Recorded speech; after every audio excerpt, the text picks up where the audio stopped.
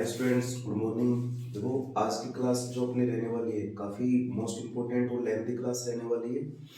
आज अपन जो टॉपिक्स करेंगे वो 10th और 12th दोनों क्लासेस के लिए इम्पोर्टेंट है। लेंथी क्लास है लेकिन इसमें थोड़ा अपन को अच्छे तरीके से ध्यान रखकर इस क्लास को देखना होगा। देखिए, जो 10th क्लास है उसके हिसाब से तो ये क्या पूछा जाता है, इसमें रिलेटिव प्रोनाउन करके पूछा जाता है।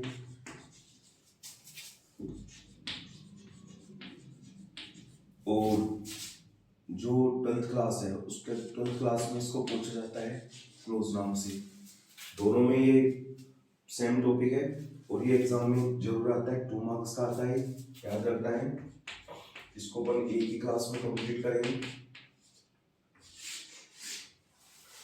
10th क्लास में ये रिलेटिव प्रोनाउन करके टॉपिक दिया गया है और 12th क्लास में ये दिया गया है क्लोज करके। अपन देखेंगे, इसमें ज़्यादा डिटेल में नहीं पढ़ेंगे, एग्जाम के हिसाब से जो इम्पोर्टेंट है उसी को ही देखेंगे अपन। तो रिलेटिव प्रोनाउन या क्लोज में जो एग्जाम में पूछे जाते हैं वो इम्पोर्टेंट अपन देखते हैं। Who, whom, whose, which, when, where, why and that। जिसमें सबसे ज्यादा जो पूछे जाते हैं वो यहाँ तक इम्पोर्टेंट है ये, ठीक है। इसमें सबसे पहले अपन स्टार्ट करते हैं हु, या पहले देख लेते हैं अपन। ये दो टाइप से चलते हैं। क्लोजली रिलेटिव प्रोनाउन को बनाने के दो मेथड होते हैं। इनके दो पहले अपन इस पर पहले से समझ लेते हैं ताकि ये ज्यादा वो क्लियर हो जाए। इनके दो मेथड होते हैं। पहला मेथड कौन सा है इसका? Is a subject. देखो बच्चों, इसका जो पहला मेथड है वो है as a subject. As a subject में अपन क्या करेंगे? एज ए सब्जेक्ट में अपन देखेंगे कि दो वाक्य दिए गए होते हैं, उसमें पहला सब्जेक्ट, इसका फॉर्मूला होगा first subject. First subject plus second वाक्य प्लस शेष पहला वाक्य। यानी पहला सब्जेक्ट लिखेंगे, उसके बाद में दूसरा वाक्य लिखेंगे, फिर शेष पहला वाक्य लिख देंगे।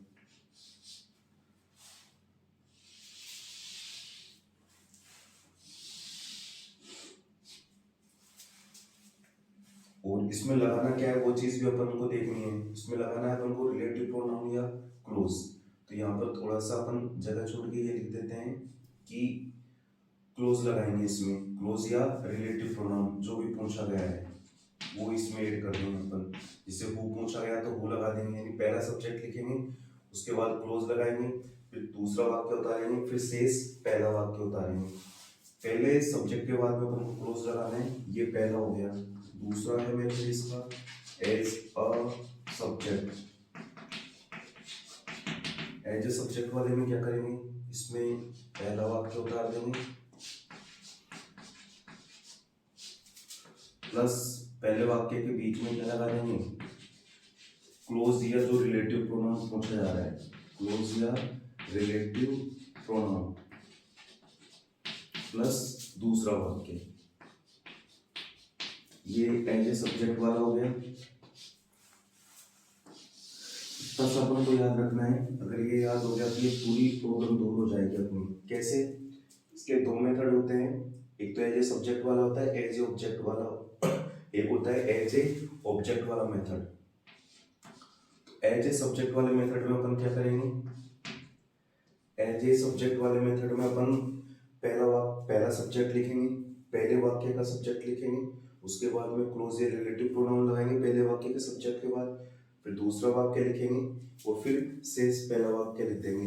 ये ज़्यादा इम्पोर्टेंट है और ज़्यादा प्रॉब्लम भी करता है। सेकंड वाला सिंपल है, इसको याद रखेंगे। पहले वाक्य का सब्जेक्ट लिखो, उसके बाद क्लोज लगाओ, दूसरा वाक्य लिखो, फिर शेष पहला वाक्य लिखो। एज ऑब्जेक्ट वाले में क्या करेंगे, पहला वाक्य लिखो, उसके बाद में क्लोज लगाओ या रिलेटिव प्रोनाउन जो भी है उनमें से, फिर क्या लिख देंगे, दूसरा वाक्य लिख देंगे। ये याद रख लेना है अच्छे तरीके से कि एज ए सब्जेक्ट वाले में क्या करेंगे अपन, एज ऑब्जेक्ट वाले में क्या करेंगे।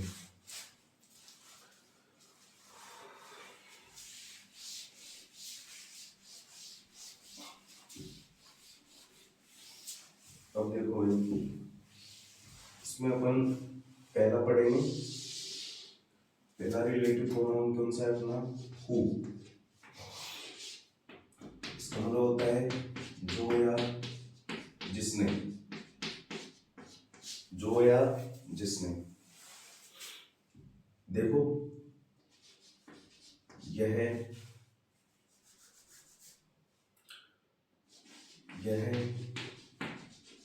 पर्सन्स,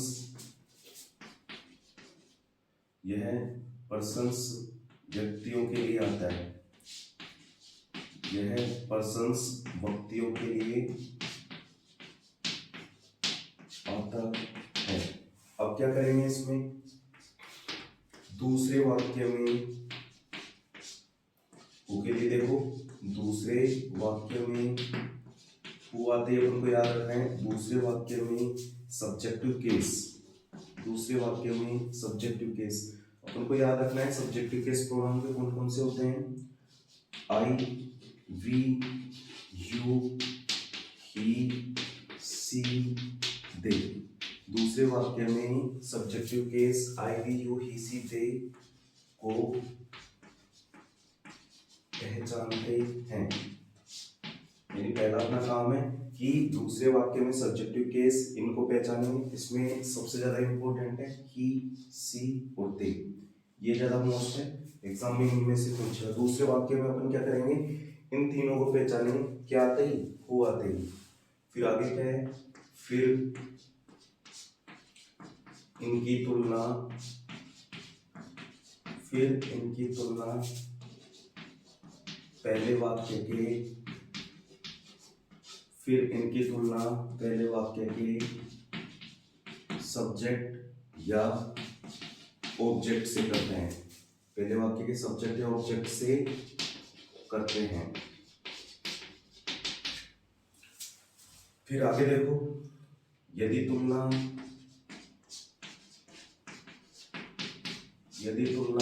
सब्जेक्ट से हो, यदि तुलना सब्जेक्ट से हो तो एज ए सब्जेक्ट, यदि तुलना सब्जेक्ट से हो तो पहला मेथड जो भी बताया था एज ए सब्जेक्ट वाला मेथड।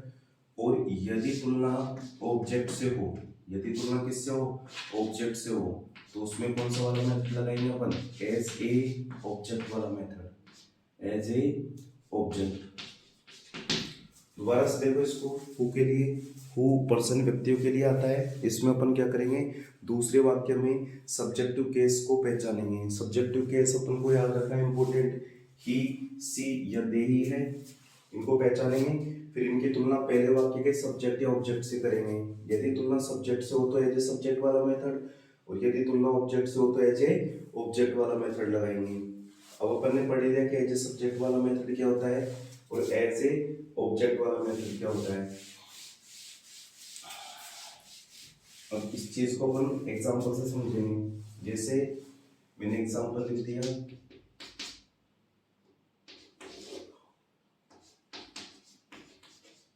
मोहन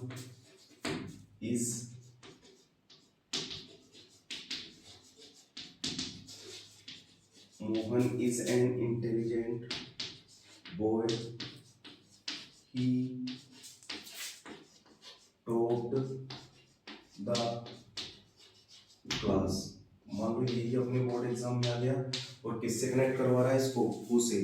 तो देखो कुछ नहीं करना है, बड़े ध्यान से देखेंगे इसे अपन। सबसे पहले देखो, Mohan is an intelligent boy, he topped the class. अब देखो कनेक्ट किससे करवाना है इसको, हु से। अब हुआ के अपने माइंड में आ जाना चाहिए दूसरे वाक्य का सब्जेक्टिव केस। दोबारा से सुनो, हुआ के अपने माइंड में आ जाना चाहिए दूसरे वाक्य का सब्जेक्टिव केस। अब दूसरा वाक्य का सब्जेक्टिव केस अपन को कहाँ मिलेगा? फुल स्टॉप के बाद।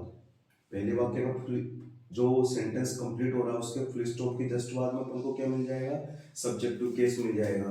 क्या आ रहा है यहाँ पे? ही आ रहा है। अब इसको कंपेयर करो यहाँ पर पहले वाक्य के सब्जेक्ट या ऑब्जेक्ट से। यदि यहाँ पर सब्जेक्ट के लिए आ रहा था एज ए सब्जेक्ट वाला मेथड, ऑब्जेक्ट के लिए आ रहा तो एज ए ऑब्जेक्ट वाला मेथड लगाओ।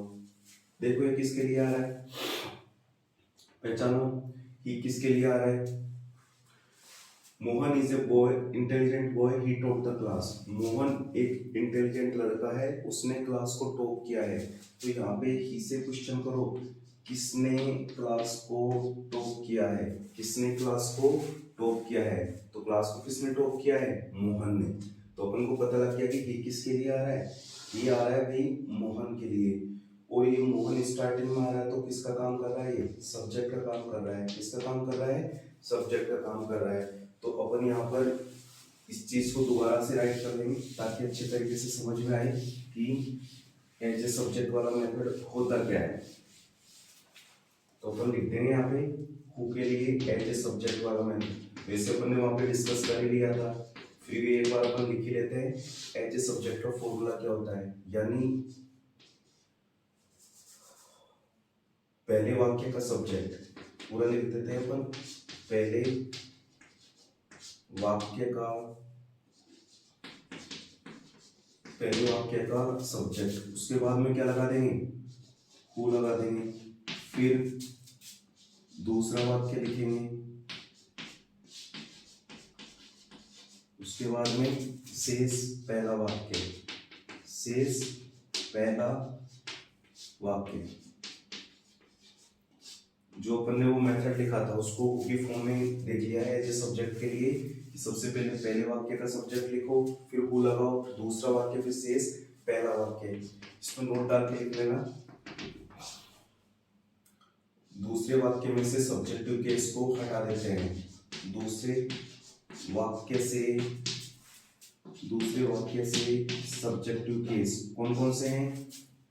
जो भी आ जाए, आई, वी, यू या फिर ही, सी, ते, जिनसे अपन पहचान कर रहे हैं उनको हु से वाक्य बनाते समय क्या कर देते हैं?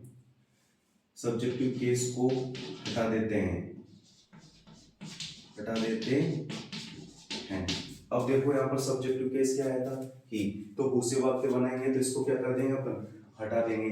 सबसे पहले ये समझ में आ गया अपन को कि आप इसके लिए रहा है। देखो Mohan is an intelligent boy, he top the class. Mohan एक इंटेलिजेंट लड़का है जिसने क्लास को टॉप किया है या उसने क्लास को टॉप किया है। तो क्लास को टॉप कौन कर रहा है? मोहन। तो पता चल गया कि ही किसके लिए आ रहा है? मोहन के लिए आ रहा है। तो मोहन की पोजीशन यहाँ पर किसकी है? सब्जेक्ट की है। अगर यहाँ इसके लिए आता तो ऑब्जेक्ट वाला मेथड लगाते। अब एज ए सब्जेक्ट वाला मेथड अपन ने यहाँ पे लिख लिया। क्या होता है फॉर्मूला? पहले वाक्य का सब्जेक्ट क्या आ रहा है यहाँ पे? मोहन लिखा अपन ने, मोहन। इसके बाद क्या लगाओ? फिर हु, जिससे कनेक्ट करवा रहे हैं वो रिलेटिव प्रोनाउन लगाओ। फिर दूसरा वाक्य लिखो। मैंने बताया कि हु से वाक्य बनाते समय जिसकी अपन पहचान कर रहे हैं सब्जेक्टिव केस, उसको हटा देंगे। दूसरा वाक्य क्या बचा हुआ है? Top the class. Topped the class. फिर शेष पहला वाक्य क्या बचा हुआ है? Is an intelligent boy.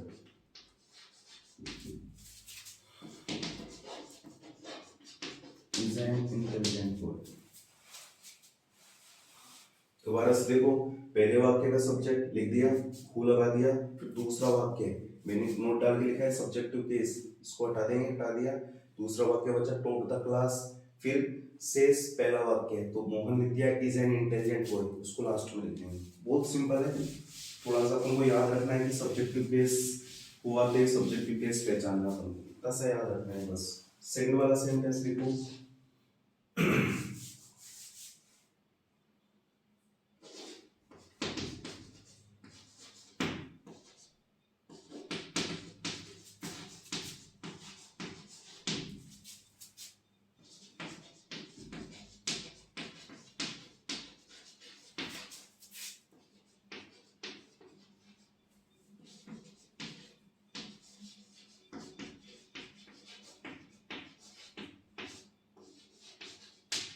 देखो भाई, Sita is a rich lady, she purchased a new car yesterday. Sita एक अमीर महिला है, उसने कल एक नई कार को खरीदा था।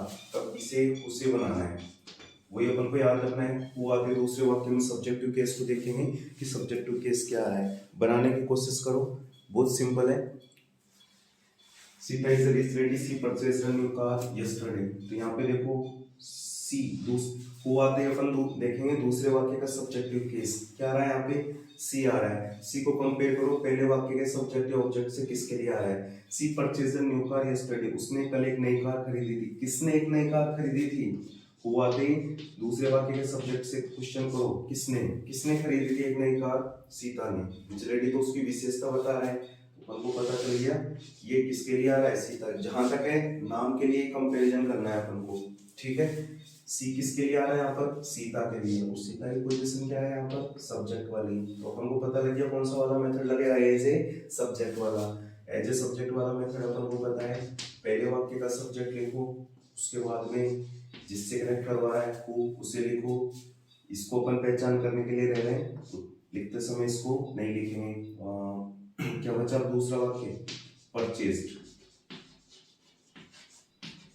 A new car yesterday.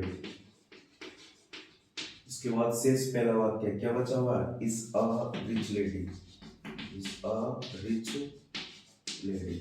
बस हो गया, हो गए। दो सेंटेंस कर लो, और सेंटेंस देखने की जरूरत नहीं है अपन को। इसको अच्छे से ध्यान से रूल्स को याद रखो। दोबारा से रिवाइज करवा देता हूँ मैं। हो आते ही अपन को दूसरे वाक्य में सब्जेक्टिव केस को पहचानना है, फिर देखना है कि सब्जेक्टिव केस किसके लिए आ रहा है। अगर सब्जेक्ट के लिए आ रहा है तो सब्जेक्ट वाला मेथड लगाओ, अगर ऑब्जेक्ट के लिए आ रहा है तो ऑब्जेक्ट वाला मेथड लगाओ।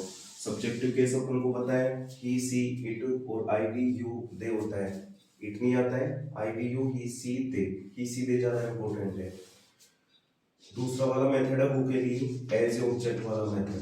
कौन सा वाला मेथड, एज ए ऑब्जेक्ट वाला मेथड। एज ऑब्जेक्ट वाला मेथड कर लिया था अपन ने क्या, कि पहले पहला वाक्य पूरा उतारो, फिर उसके बाद में हु लगाओ, फिर क्या लिखो, दूसरा वाक्य लिखो, दूसरा वाक्य लिखो, ठीक है। ये एज ऑब्जेक्ट के लिए है। इसमें भी एक नोट वाला काम याद रखना है, क्या कि दूसरे वाक्य में से सब्जेक्टिव केस हटा देते हैं। दूसरे वाक्य से सब्जेक्टिव केस जो भी है, आई we you he she they, he she दे, इनको क्या कर देते हैं, हटा देते हैं, हटा देते हैं। अब देखो इसका एग्जांपल, जैसे आई नो मोहन,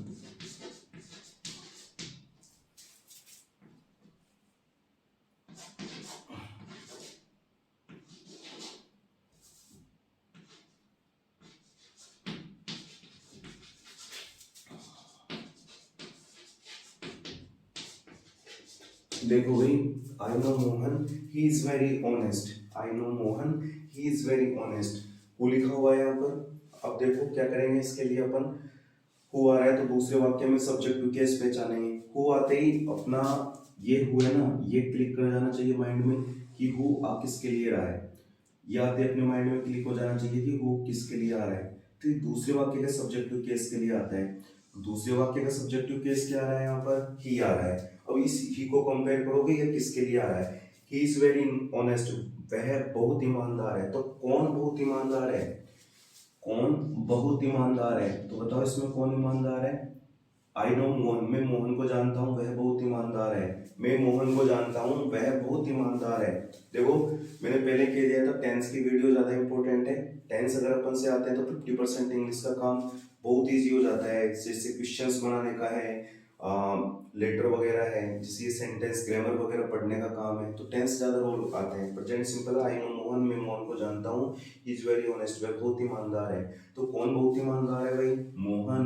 कौन ईमानदार है, मोहन। और अपन को पता चल गया अगर स्टार्टिंग में आता तो सब्जेक्ट, और यहाँ पे आ रहा है तो क्या लगा देंगे, ऑब्जेक्ट वाले के लिए आ रहा है। देखो अगर स्टार्टिंग में आएगा तो सब्जेक्ट और अगर पीछे आएगा तो ऑब्जेक्ट। कौन सा वाला मेथड लगेगा? एज ए ऑब्जेक्ट वाला मेथड। एज ए ऑब्जेक्ट वाला मेथड सिंपल है, पहला वाक्य लिखो, बीच में हु लगाओ, दूसरा वाक्य लिख दो, और सब्जेक्टिव केस जिससे अपन पहचान कर रहे हैं उसको क्या कर देंगे? हटा देंगे।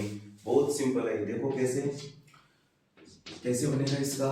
आई नो मोहन, इसके बाद में क्या लगा देंगे? दूसरा रिलेटिव प्रोनाउन लगा देंगे हु, इसको हटा देंगे। Is very honest, is very honest. समझ में आया? यानी सबसे पहले तो पहला वाक्य उतारेंगे अपन, उसके बाद में फुल स्टॉप की जगह क्या लगा देंगे? हु लगा देंगे। इसको अपन आंसर लिखते समय हटा देते हैं, फिर शेष दूसरा वाक्य लिख देंगे अपन। ठीक है भाई, दोनों अपन ने मेथड कर लिए हैं, आराम से इसे समझो, क्लियर हो जाएगा हु वाला। अगर एक हु वाला क्लियर हो गया तो बाकी के सारे क्लियर हो जाएंगे। इसमें मैंने थोड़ा टाइम ले लिया है कि ज्यादा वीडियो लेंथी हो जाएगा, फिर बोरिंग लगता है। अब डिटेल में समझाना भी जरूरी है, नहीं तो कुछ स्टूडेंट्स ऐसे हैं जो पहले पढ़ तो चुके हैं लेकिन प्रॉब्लम आती है उनको रीड करने में। एक और एग्जांपल समझा देता हूँ इसका मैं, एज ऑब्जेक्ट वाला। देखो